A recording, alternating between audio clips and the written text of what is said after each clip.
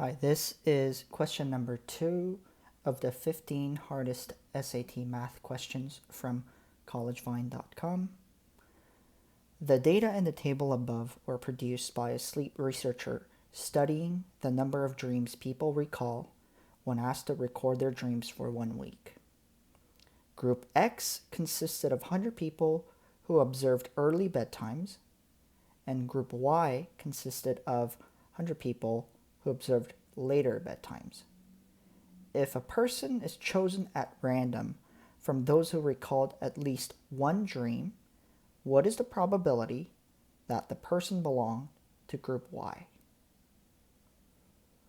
So this question is actually quite a simple one if you understand the wording. So we're looking for the probability that the person belonged to Group Y if this person was chosen at random from those who recalled at least one dream. So let's first figure out how many people recalled at least one dream. So number of people who recalled at least one dream. And so there are 28 people from Group X in the 1 to 4, and then there's 57 that recall 5 or more, and then there's 11 more from Group Y who recalled 1 to 4 dreams, and additional 68 people who recalled 5 or more dreams from the Group Y. So let's add those up.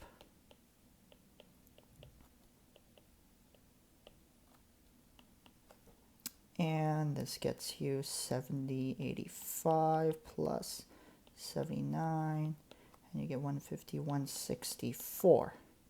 Now, let's look at the second part of the question. What is the probability that this person belonged to Group Y? So we're looking for those who recalled at least one dream.